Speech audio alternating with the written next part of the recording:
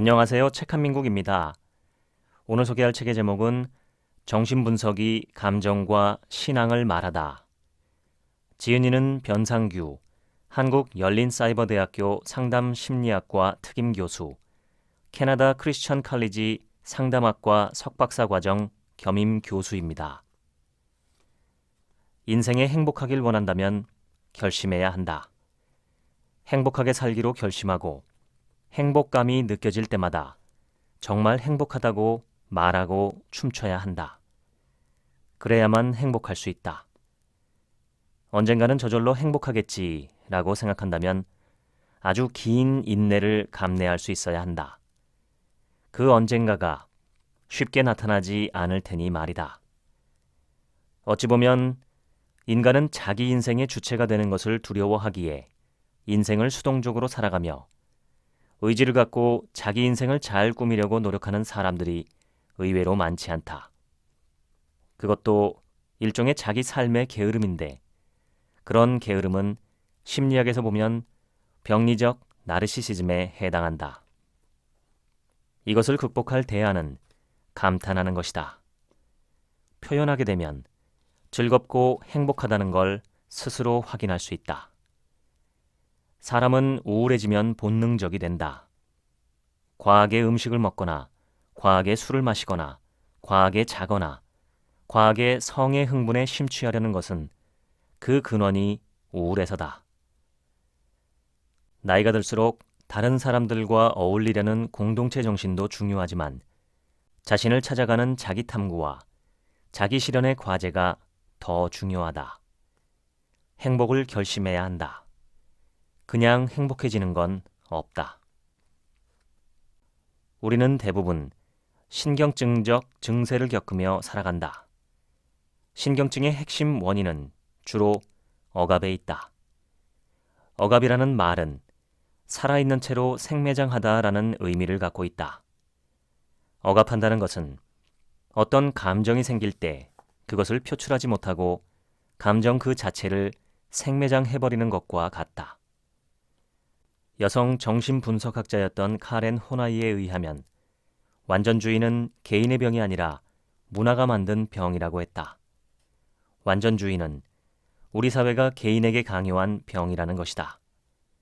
부모가 나에게 완전주의를 심어주었다면 그건 나에게 맞는 옷을 입지 않은 것과 같고 타인에 의해 강제로 춤을 추는 것과 같다. 부모가 심어준 욕망에 의해 옷을 입고 엉거주춤한 춤을 추며 살아온 것이다. 그렇게 살아온 사람의 마음에 행복이 있겠으며 참된 쉼이 있겠는가?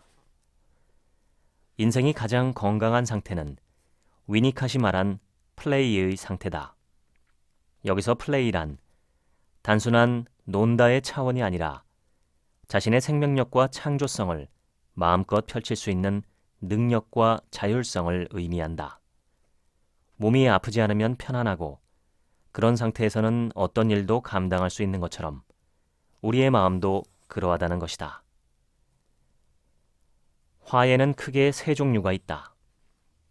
정상적인 감정 반응으로서의 분노, 분노를 제대로 표출 못하고 우회적으로 표출하는 삐침이라고 말하는 수동적 공격성, 평소 분노가 없는 척 억누르다가 자기도 모르게 헐크같이 돌변하여 상대에게 화산 폭발하듯 표출하는 경노가 그것이다.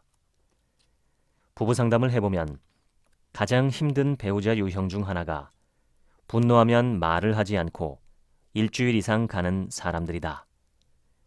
그런 배우자와 사는 사람은 피가 마르고 화병이 생길 정도다. 우울증의 다른 말은 얼어붙은 분노다. 정신분석에서는 분노에 취한 환자들을 치료하려면 반드시 애도의 감정이 필요하다고 한다. 애도는 슬픔과 다르다. 슬픔이 감정이라면 그 감정을 행동화시킨 것이 애도다. 가슴을 치고 눈물을 흘리고 소리를 지르고 땅을 뒹구는 행동은 모두 애도의 과정이다. 제대로 화를 낸다는 건 정말 중요하다. 제대로 화를 내면 그 자체가 치료의 증거다. 아직도 서운한 게 많고 잘 삐치고 복수를 생각하고 자신을 학대하고 자기 감정을 죽여버리는 일에 마음과 뜻과 정성을 다한다면 그것은 분노한 게 아니라 자기를 죽이는 자살 시도다. 대상관계 이론가였던 위니캅과 자기심리학자 하인즈 코엇은 건강한 개인에 대해 의존할 때 의존할 줄 알고 자기만의 공간을 갖고 살아갈 적에는 자기만의 공간 속에서 개인의 자유를 마음껏 만끽하는 그런 주체를 건강한 개인이라고 할 수 있다고 말했다. 나는 내면이 건강하고 행복한 사람에게서 상처를 받은 적이 단 한 번도 없다.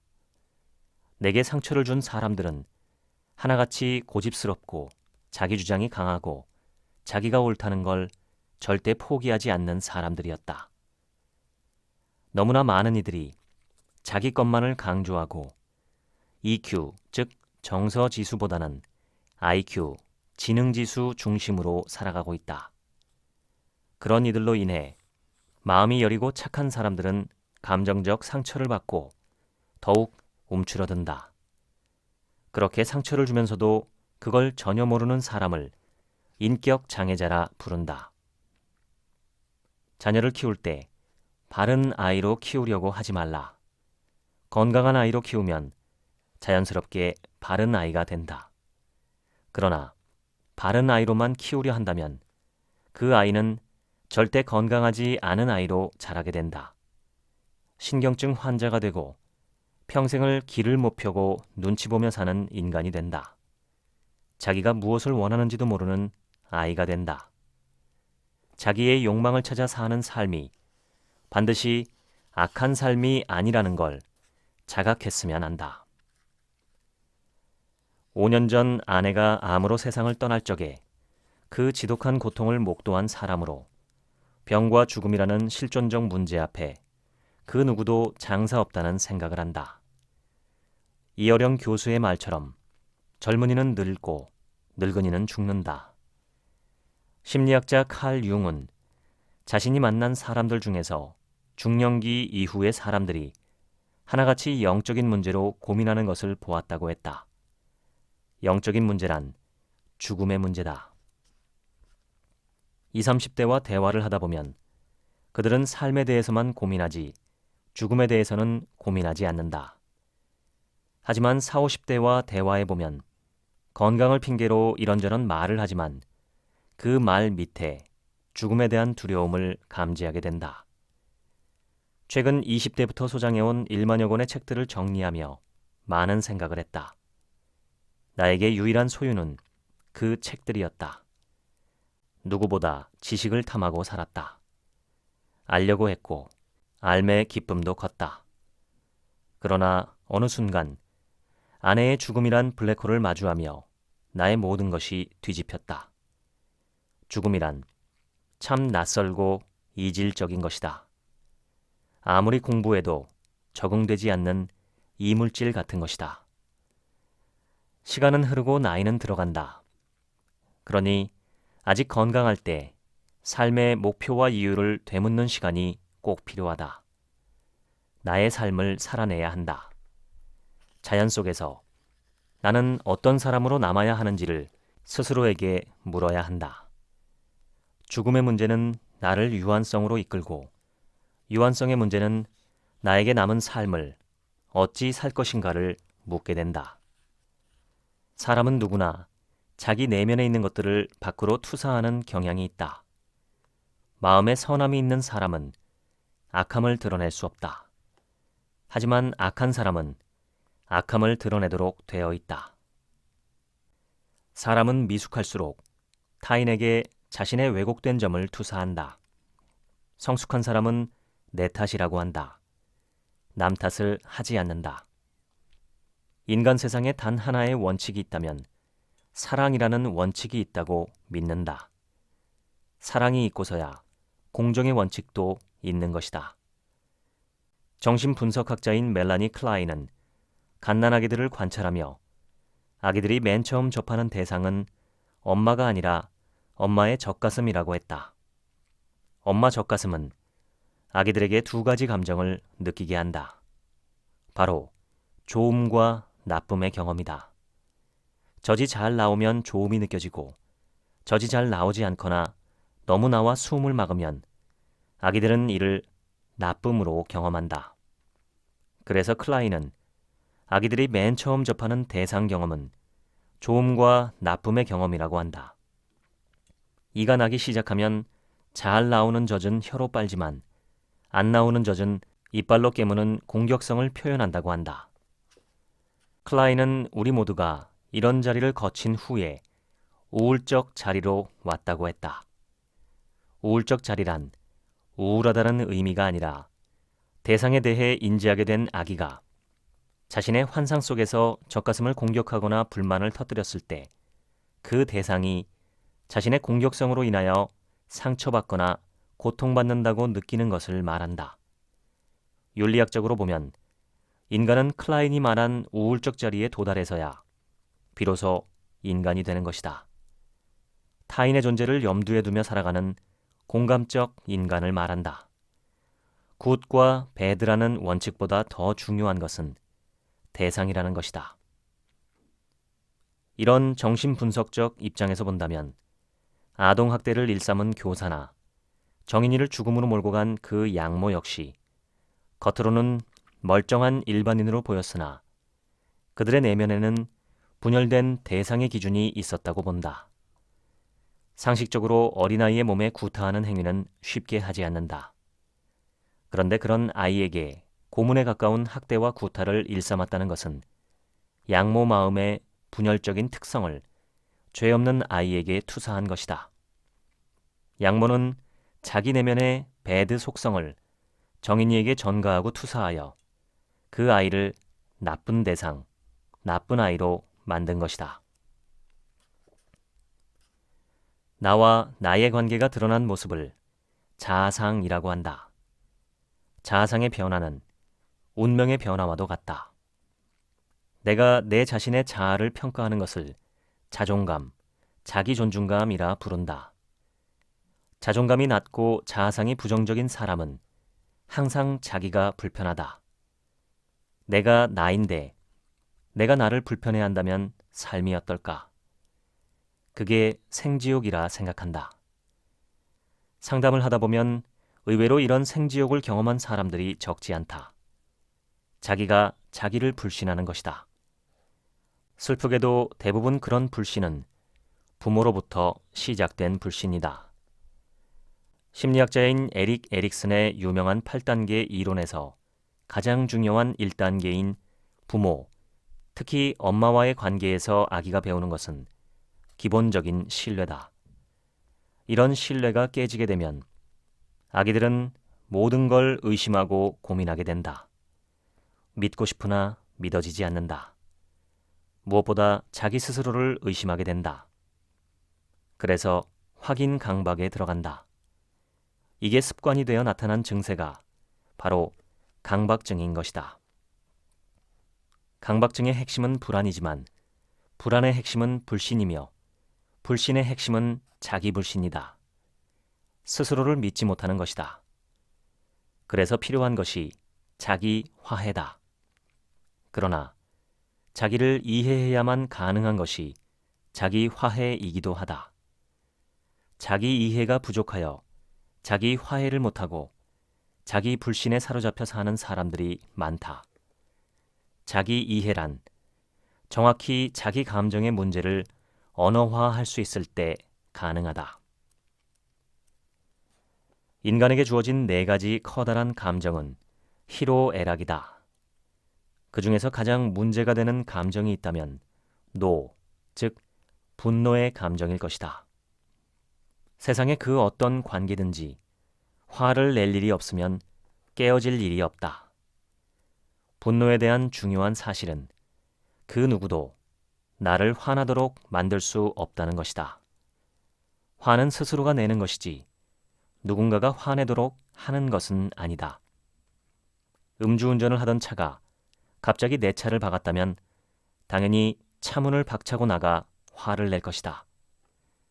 그런데 여기서 우리가 하나를 생략했음을 인식하지 못한다. 사고가 난 순간 우리는 놀라지만 상황을 보고 즉시 판단을 한다는 것이다. 화를 낼까? 나가서 말을 건넬까? 우리는 아주 짧은 찰나의 순간에 생각을 한다는 것이다. 그 상황에서 화를 낸다면 그건 화가 난 것이 아니라 화를 내기로 선택했다는 것이다. 중요한 것은 우리의 감정은 우리가 주인이라는 것이다. 그 누구도 나를 화나도록 만들 수는 없는 것이다. 누군가가 나를 화나게 했다면 그 사람이 내 감정의 주인이라는 말인가? 내가 어릴 적에 깡패라 불리던 불량배들이 있었다. 그 깡패들이 길을 가다 시비를 건다. 시비의 내용은 대동소이하다. 당신 나 무시해? 왜 째려봐? 사실 누가 어깨에 힘주고 인상 쓰는 사람을 무시하겠나? 늘 자기 마음에 나는 무시받는 사람이라는 심상이 있기에 그런 말을 내뱉고 괜한 사람을 괴롭히는 것이다. 나는 수행이라는 단어를 좋아한다. 스님이나 종교인들만 하는 것이 아니다. 태어나는 순간부터 삶은 수행의 과정이다. 성숙하다는 건 결국 자기 감정의 주체가 된다는 것이다. 우리는 각자의 무의식을 죽을 때까지 다 알지 못하기에 우리의 주인이 되지 못한다. 그러나 뒤집어 보면 우리가 무의식을 의식화시키는 만큼 우리는 우리 자신의 주인이 될 수 있다.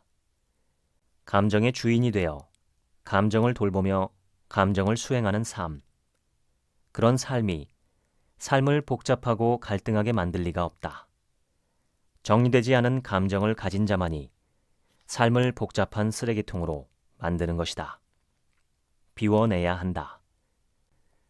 어느 누가 나를 화나게 하는 것이 아니다. 화는 바로 내가 내는 것이다. 상담을 오래 한 사람들은 공통적으로 처음에는 쉬웠는데 갈수록 어렵다라고 말한다. 정신분석 역사에서 프로이트와 비견될 만큼 걸출한 인물로 윌프레드 비온이라는 정신분석학자를 꼽는다. 그는 다른 심리학자들처럼 무언가를 안다는 것에 대해 말하기보다 오히려 I don't know, 즉 모름, 알 수 없음, 무지함, 이해 불가능에 대해 연구한 인물이다. 이미 철학에서는 임마누엘 칸트가 이런 말을 했다. 우리는 결코 물 자체를 이해할 수 없다. 내 앞에 펜이 있다면 펜이라고 알 수 있는 것은 만져지고 보여지는 이미지와 느낌일 뿐이라는 것이다. 우리는 그런 경험을 통해 무언가를 안다고 하지만 실상 우리가 아는 것은 만져지고 보여지는 것일 뿐 정말 그 자체, 물 자체는 알 수 없다는 말이다. 칸트는 우리 인식의 한계를 보여준 것이다. 비온의 논지대로 보자면 이해한다라는 말을 신중하게 사용해야 한다. 왜냐하면 사람은 누구나 자기 수준에서 이해하고 수용하기 때문이다. 이해할 수 없는 사람들의 마음 상태, 그걸 나는 사연이라고 부른다. 나만이 그러하다는 뜻이다. 사연을 누가 이해할까? 사연이 커지면 한이 된다. 한이 맺히면 삶을 죽음의 방향으로 몰아간다. 중독에 빠지고 사람들을 외면하고 세상이 전쟁터같이 보이고 다 좀비같이 보인다. 나를 박해하고 괴롭히고 나를 흘겨보고 무시하는 것 같이 보인다. 비오는 너무나 고통당하는 사람들을 마주하면서 한 가지 진리를 깨달은 것 같다. 컨테인이라는 개념이다. 담아준다는 의미다. 자신이 큰 그릇이 되어 상대를 무의식적으로 담아주는 것이다. 거기에는 언어가 필요 없다. 그저 눈빛이 말할 뿐이다. 밑도 끝도 알 수 없이 마주한 당신, 그리고 그 당신이 바라보는 밑도 끝도 알 수 없는 나. 이 두 사람이 마주하며 존재한다는 사실 하나만으로도 이미 이해는 시작되고 있는 것이다. 말보다 눈빛이 먼저다. 눈빛보다 마음이 더 먼저다. 프로이트의 매력은 인간 삶의 주체성을 강조한 것이다. 나 역시 그런 주체성의 의미를 매우 중요시 여긴다. 신경증이란 자기 인생의 주체가 되지 못한 존재의 고뇌가 심신으로 드러난 증상이다. 한 번도 자기 삶의 주인으로 혹은 주인답게 살아본 경험이 없는 것이다. 늘 눈치 보고 확인받고 허락받아야 하는 삶을 산 것이다. 부모의 축복을 받고 자라지 못했다면 괜찮다. 내가 나를 축복하면 된다. 지독할 정도로 내가 나를 축복하면 된다. 그런 각오, 결단, 용기, 배짱이 필요하다. 자기 인생의 가장 밑바닥까지 가본 사람은 두려울 게 없다. 그렇게 두려움 없는 마음으로 내가 나를 축복하면 된다. 그리고 내가 동의하지 않는 그 어떤 권위도 인정하지 않으면 된다. 그럴 때 가혹한 초자아는 부드럽고 권위적이며 관찰적 초자아로 바뀌게 된다. 아팠던 사람은 분명 주변 사람들에게 강한 영향력을 준다. 고통스럽고 힘든 영향력을 주든지 상처 입은 치유자가 되어 선한 영향력을 심어준다. 아파보지 않은 사람은 아픈 사람을 보면 어쩔 줄 몰라 하지만 아팠던 사람은 아픈 사람을 도울 줄 안다. 아픔은 분명 영향력이 있다. 상처를 받는다고 다 악해지거나 가해자가 되는 것은 아니다. 여기에 인간 존재의 가장 신비스러운 문제가 제기된다. 바로 자유의지의 문제다. 사람은 어떤 경우든 자신의 삶을 선택한다. 나는 수도 없이 미치겠다는 말을 하고 살아왔다. 그러나 완전히 미치지는 않았다. 자살하는 사람은 강한 사람이다. 나는 체할 때 바늘로 내 손끝 하나 따는 것을 두려워하는데 어떻게 스스로 죽을 수 있는가? 그러고 보면 그들은 참 강한 사람들이다. 많이 아픈 사람은 많이 치유되면 많은 사람들을 구원한다. 물론 아픔을 극복해야 한다는 대전제가 있다. 몇 년 전 세계 아이들을 대상으로 너는 왜 공부를 하니?에 대한 설문조사한 결과를 본 적이 있다. 우리나라 아이들은 달랐다. 공부 안 하면 엄마에게 혼날까 봐. 어느 날 문득 깨달았다.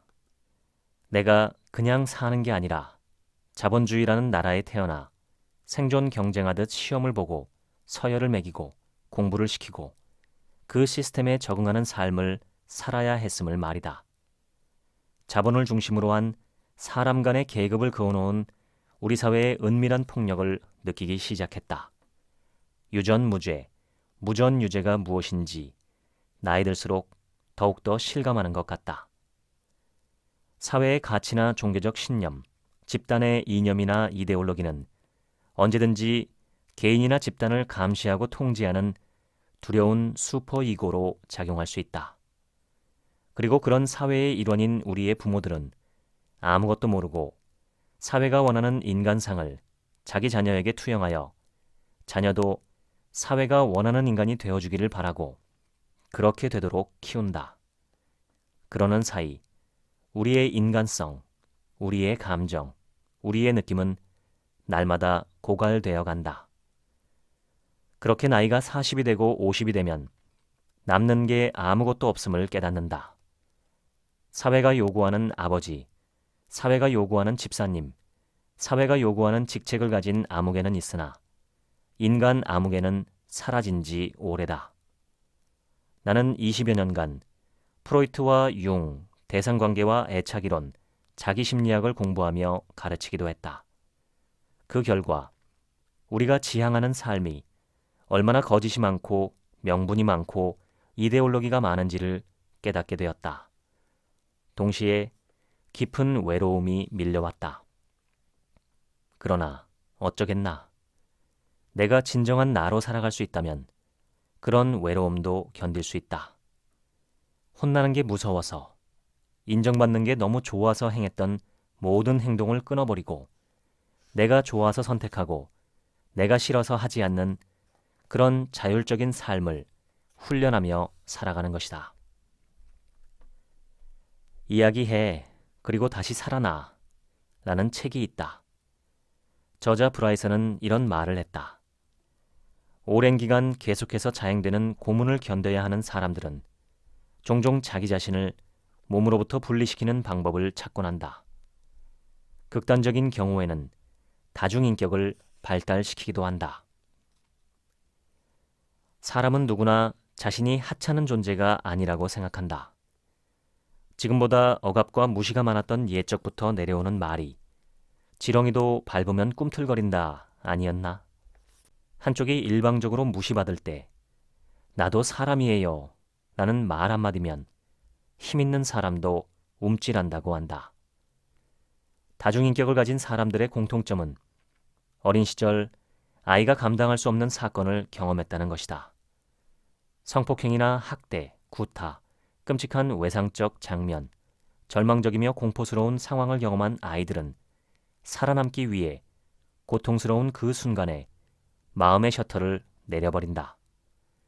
그럼 고통을 경험한 순간의 나와 그 고통을 원하지 않는 나 사이에 경계가 생기면서 고통을 경험한 인격과 고통을 피한 인격은 다른 인격이 되는 것이다. 다중인격이 많은 사람일수록 그만큼 여리고 연약한 자아가 감당 못하는 현실을 체험했다는 반증이다. 정신분석을 공부할수록 인간이라는 존재가 제정신을 갖고 한 세대를 살아간다는 게 얼마나 대단한 일인지 놀라곤 한다. 그래서 우리는 연약한 자아를 갖고 살지만 이 연약한 자아를 유지할 수 있는 힘을 주는 대안이 있다. 말할 수 있다는 것, 즉 인간은 이야기적 존재라는 것이다. 내가 어린 시절에는 전설의 고향이라는 귀신이 나오는 드라마가 있었는데 귀신이 등장할 때면 늘 입에서 피를 흘리는 모습이었다. 어린 마음에도 궁금했다. 왜 우리나라 귀신들은 항상 입에서 피를 흘릴까? 결론은 할 말을 못하고 죽어서이다. 충분히 이야기하고 죽은 사람이 귀신이 될 수 있을까? 우리는 여한이 없다는 말을 자주 하는데 남은 한이 없다는 말이다. 충분히 이야기했기 때문이다. 주변에 속 이야기를 있는 그대로 해도 괜찮은 사람이 몇이나 있을까? 나는 그 몇 사람이 몇 명인지에 따라 그 사람의 행복의 기준이 좌우된다고 생각한다. 한 명도 없다면 집도 있고 차도 있고 돈도 있지만 당신은 행복하지 못한 사람이다. 다 없어도 속 이야기를 들어주고 같이 공감해줄 한 명이 있다면 그래도 행복한 사람이다. 정신분석에서 제일 중요한 치료는 두 가지라고 한다. 무의식을 의식화하기, 그리고 애도하기이다. 처음엔 애도란 말이 참 낯설었다. 참으면 그만인 것을 왜 울라고 하나. 그런데 그 말이 옳았다. 억압이 너무 습관적으로 되면 몸도 마음도 영혼도 굳는다. 그런 사람은 병치레가 많다. 수도 없이 아프다고 호소한다. 억압이 원인이 되어 생긴다는 시민성 질환인데 본인만 모른다. 더 답답한 건 그런 병이 생긴 게 다른 사람 때문이라고 책임 전가를 하는 것이다. 정신분석은 적어도 우리에게 참고 사는 게 다가 아니라는 것을 가르쳤다. 목욕탕에 가려면 옷은 벗고 들어가지 않는가? 진리의 세계로 입문하려면 옷은 벗어야 한다. 상식의 옷을 벗고 비겁의 옷을 벗고 두려움의 옷을 벗는 것이다. 실오라기 하나 걸치지 않은 나체가 되어야 한다. 생긴 꼴 그대로 나를 드러내야 한다. 우리를 무섭게 하고 위축되도록 만드는 게 세상이다. 세상이 좋다고 알려주는 것만 믿지 말아야 한다. 자기 주장, 자기 생각, 자기 의지, 자기 정체성이라는 주체성을 잃어선 안 된다.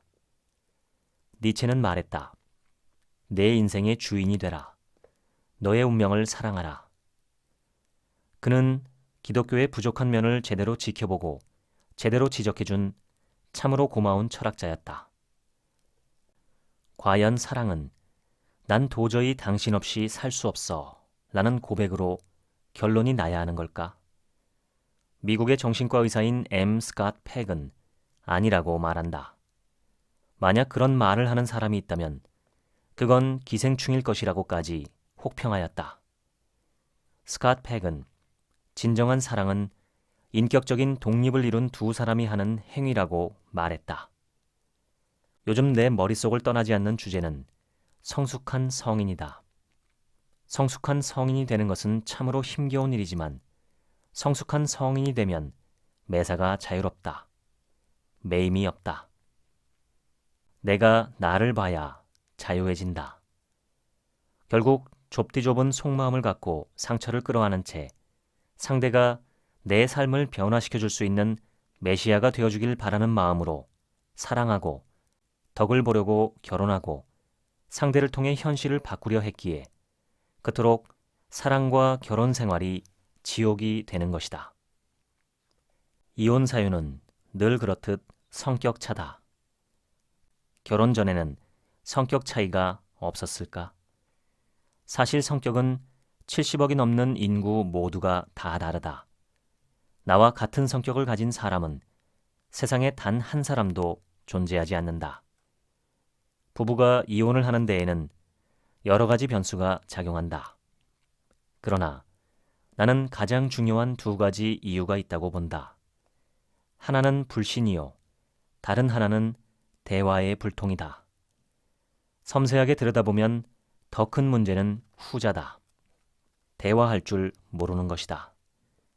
대부분의 남자는 화부터 내고 여자는 비난으로 시작해 원망으로 끝난다. 이런 가정일수록 어린 시절에 부모님이 대화로 문제를 푸는 것을 본 경우가 거의 없다는 것이다. 인생은 결국 각자의 선택이다. 이혼까지 했다면 더 이상 그 누구를 원망해서는 안 된다. 원망은 이혼 전까지만이다. 이혼은 원망도 이혼해야 한다. 이혼을 했다면 모든 책임을 자기 스스로 지고 자기 스스로 본인의 삶을 책임지는 길만 남은 것이다. 이혼에서도 상대 배우자를 원망하며 저주한다면 그것은 정신병적 증세다. 이성 간에 느끼는 사랑은 사랑이라기보다 성욕에 가깝고 순간의 매력에 가깝다. 미국인의 멘토로 불리는 M. 스캇 팩은 남자가 여자를 보고 순간 사랑에 빠지는 현상에 대해 이것은 사랑에 빠지는 게 아니라 성욕에 빠지는 것이라 역설하였다.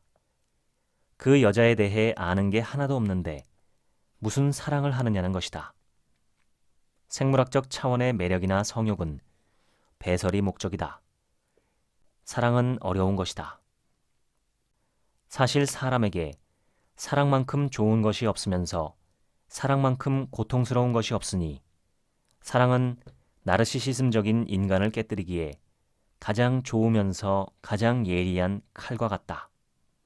그 칼에 베이지 않을 사람은 없다. 나르시시즘에서 벗어나야 진정한 공감이 이루어진다. 공감하려면 내가 나에게서 나와야 한다. 그래야 너가 보인다. 나르시시즘에서 나와야 진정한 그리고 타인에 대해 배려할 수 있는 확대된 자기애를 갖게 된다. 그래서 스캇 팩은 사랑이란 자기의 자아를 확장하려는 의지라고 정의했다. 나는 가족 관련 강의를 할 때마다 가족을 망가뜨리는 건 마귀가 아니라 어색함이라고 강조한다. 사랑한다는 말이 어색해서 참다 보면 정말 사랑한다고 말해야 할 때를 놓친다. 미안하다는 말을 해야 하는데 어색해서 타이밍을 놓쳐 더 서운한 감정을 쌓게 된다. 말하지 않아도 알 수 있는 건 초코파이 광고뿐이다. 말해야 한다. 표현해야 느낄 수 있다. 3번만 각오하고 어색하지만 사랑한다고, 고맙다고, 좋아한다고, 미안하다고 고백하길 바란다. 그럼 4번째부터는 절대 어색하지 않게 된다. 그걸 못해서 평생 오해하고 아쉬워하며 서로 아파 끙끙대는 가정의 슬픈 현실을 자녀들에게 대물림하지 않도록 하자. 우리 세대로 충분하다. 남의 마음을 공감하지 못하는 미숙한 사람, 자기 감정에만 사로잡혀 타인의 아픔을 전혀 느끼지 못하는 그런 사람들을 성인 아이라고 부른다. 한국 사회를 떠들썩하게 했던 모든 범죄들은 90% 이상이 성인 아이가 저지른 참극이다. 그런 참극 뒤에는 공통적으로 불행한 가정 속에 살아야 했던 어린 시절의 고통이 스며 있다. 그런 피해자들이 어느 날 가해자의 모습으로 둔갑하여 자기가 겪었던 지옥을 현실에서 재현하는 것이다. 심리학을 공부하면 할수록, 내담자를 치유하면 할수록, 정신분석학을 연구하면 할수록 부모라는 존재는 아이들에게 너무나 강력한 존재라는 것을 발견한다. 나는 우리 사회가 겉으로만 번지르르 할 뿐 내면은 분노와 좌절, 불평과 냉소로 가득하다고 진단한다. 가장 가난한 나라에서 70여 년 만에 선진국 대열로 올라섰으니 이런 나라는 유례를 찾아볼 수가 없다. 그런데 최근 각 나라 국민의 정신건강을 알려주는 3가지 지표에서 우리나라는 상위권을 차지했다. 우울증 증가율 1위, 자살률 1위, 이혼율 2위다. 국민들 정신건강에 빨간불이 아니라 비상벨이 켜진 것이다. 왜 이렇게 행복하지 않을까? 먹고 사는 것이 너무 힘들었을 때도 이러지 않았는데 말이다. 영어 수학만 배웠지 같이 사는 법, 대화하는 법, 남자가 여자를 이해하는 법, 여자가 남자를 이해하는 법 등 가장 기본적인 삶의 주제들을 배워본 적이 없어서 그렇다는 것이 나의 진단이다. 범인은 반드시 범죄를 저지른 현장에 다시 온다는 말이 있다. 상처도 그렇다. 마음의 상처가 깊은 사람들은 그 상처가 어디로 도망갈까봐 반드시 다시 그 자리로 돌아온다.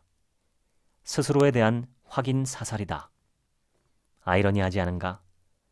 상처가 낫게 해달라고 상담이나 심리치료를 받으러 오는 사람들 대부분이 마치 최면에 걸린 듯 자신의 기저 정서로 돌아가고 마는 이 어처구니 없는 현상을 무엇이라 설명해야 할까? 짜장면을 먹다 보면 어딘가에 짜장의 일부가 묻는 것처럼 상처가 싫다고 하지만 그 상처와 오랜 세월 동거하다 보니 낯익은 대상이 된다.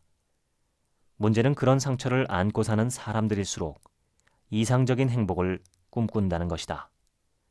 그래서 그들에게 현재는 없다. 과거의 상처, 그 기저정서를 반복할 뿐이다. 그 장소가 현실이다. 도대체 왜 이렇게 살고 있을까? 정답은 억울함이다. 과거의 상처가 억울한 것이다. 거절당해 억울하고, 버림받아 억울하고, 무관심하여 억울하고, 가난하여 억울하고, 소외당해 억울하고, 몸이 아파 억울하고, 편애받아 억울하고, 학대받아 억울하고, 방임당해 억울하다. 상담을 하면서 가장 힘든 경우는 자기 상처를 무조건 없애달라고 하는 사람이다. 누구도 그럴 수 없다. 상처는 스스로 마주하여 묵묵히 관조해낼 때 그 질긴 기저 정서가 변환될 수 있는 가능성이 열리는 것이다. 그렇게 자기 상처를 마주하고 관조하기까지 돕는 이가 상담자다. 상담자는 절대 문제 해결사가 아니다. 다석 유영모 선생은 어리석음을 어리석음이라고 하였다. 얼은 영혼과 정신을 의미하며 이 모든 게 썩었다는 것이다. 어리석음은 지옥을 앞당긴다. 마음이 천국인데 왜 가정을 지옥으로 만드는가? 사람은 누구나 마음의 송신기 하나를 갖고 산다. 그 송신기는 누군가가 나의 마음을 알아주지 않을까라는 주파수를 끊임없이 보낸다. 그래서 마음의 주파수와 정서적 주파수가 나와 맞으면 너무 기뻐하며 마치 상대가 나의 전부를 아는 것인 양 잠시 착각에 빠진다. 그 정서적 주파수를 상담에서는 공감이라고 부른다. 모든 존재는 자기 자신을 확인받길 원한다. 가족 치료에서 사용하는 용어 중 역기능 가정이라는 개념이 있다. 역기능 가정은 인간의 가장 기본적 욕구인 공감의 부재, 대화의 부재, 반응의 부재, 감동의 부재 등을 말한다. 그저 밥 먹어라, 다녀오겠습니다와 같은 가장 기본적 대답 외에는 할 말이 없는 가정을 말한다. 한마디로 공감의 부재 가정이다. 역기능 가정의 구성원들은 다들 내면이 외롭다. 진심에서 우러나오는 공감을 하루에 단 한 번이라도 받을 수 있다면 누구나 행복할 것이다. 모든 대화의 목적은 단 하나, 공감받기 위해서다. 공감이 없는 대화는 정보의 전달일 뿐이요, 썰렁한 넋두리에 불과하다. 나는 같은 남자지만 남자들끼리 정치나 경제 같은 큰 문제들을 갖고 대화를 하는 게 참 불편하다. 여자들은 아주 작은 주제 하나를 갖고도 1시간 내내 수다라는 대화의 장을 만든다.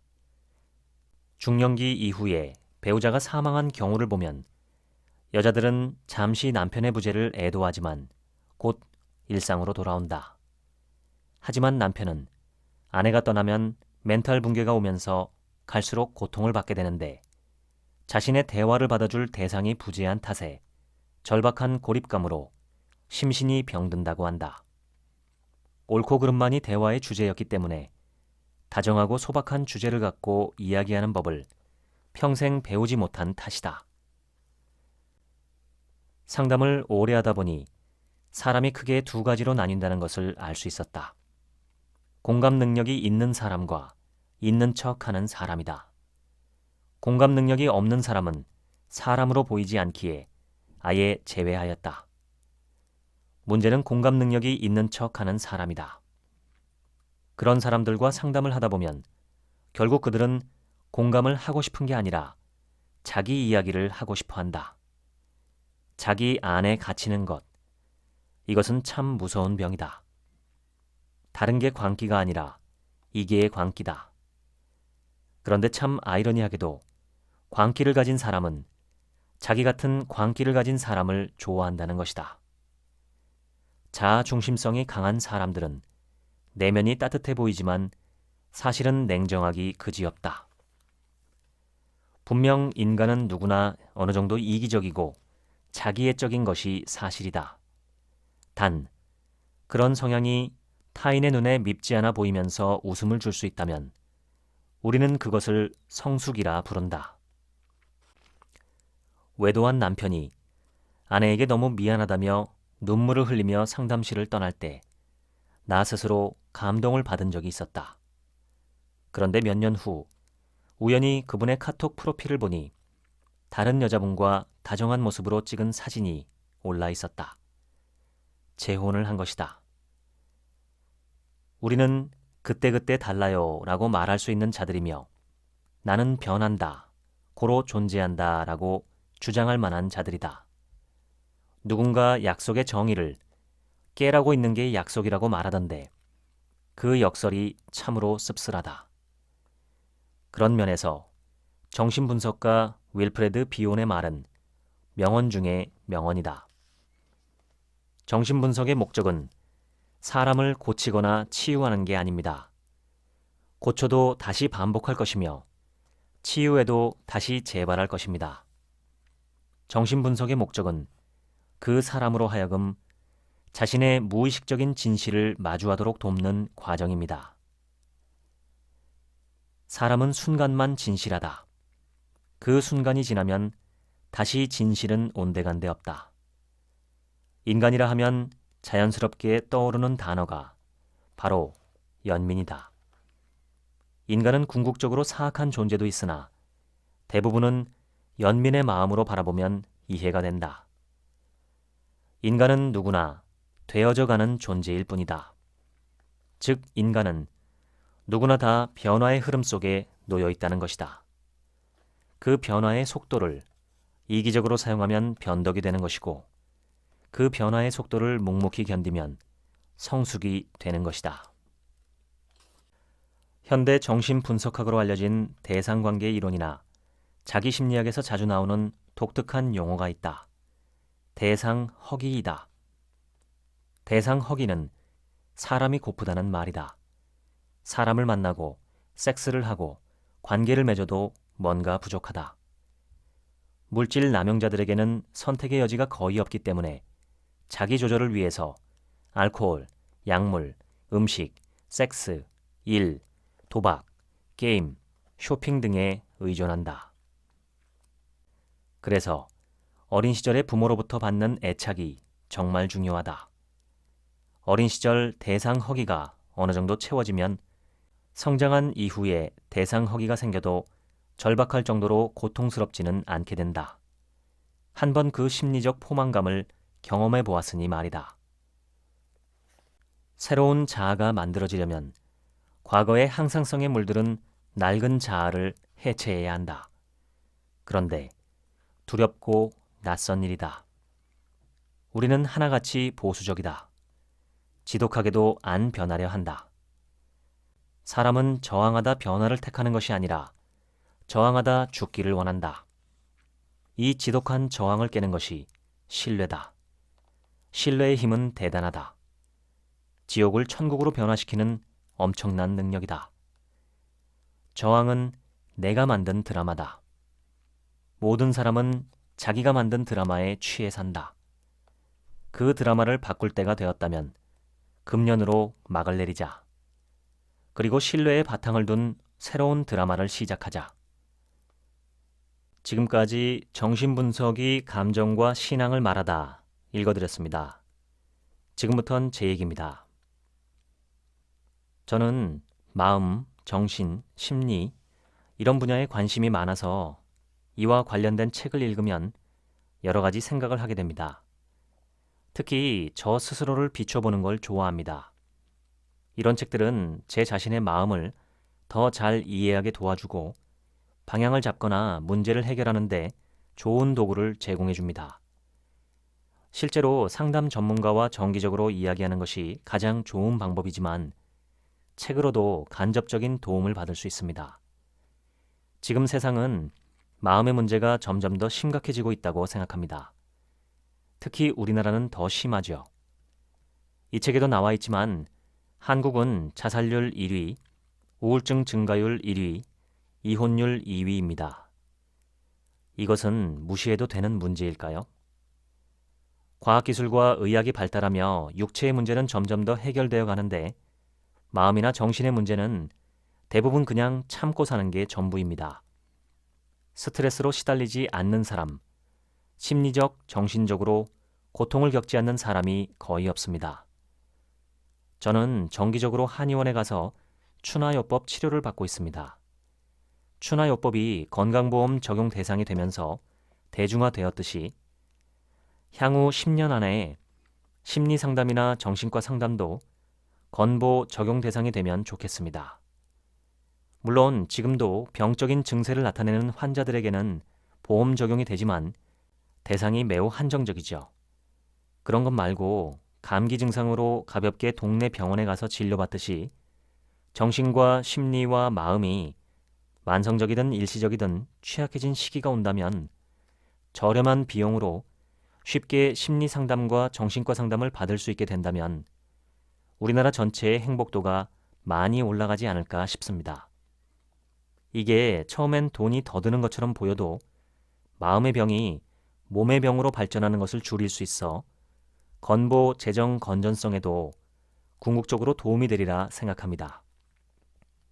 이 책에도 있었지만 요즘 제 마음에 꽂힌 문장은 나를 보라입니다. 우리가 흔히 문제라고 생각하는 것들은 사실 대부분 나의 문제인 경우가 많습니다. 나의 행복을 가장 크게 방해하는 존재는 사실은 나 자신입니다. 예전에 어떤 분이 희한한 농담을 하는 것을 들었습니다. 지인지조라는 말입니다. 처음 듣는 사자성어라서 저게 무슨 뜻인가 싶었는데 지 인생 지가 조진다라는 뜻이라고 합니다.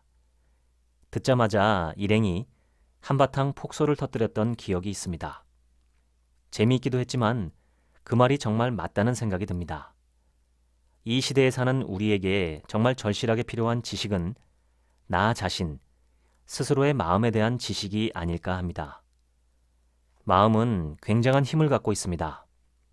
나를 살리고 가정을 살리고 세상을 살릴 수도 있지만 반대로 나를 죽이고 가정을 죽이고 세상을 뒤흔들 어두운 힘도 갖고 있습니다. 자신의 마음을 잘 보살피고 돌보는 당신이 되셨으면 좋겠습니다. 당신이 행복하시면 좋겠습니다. 지금까지 책 한민국의 하루치 생각이었습니다. 감사합니다.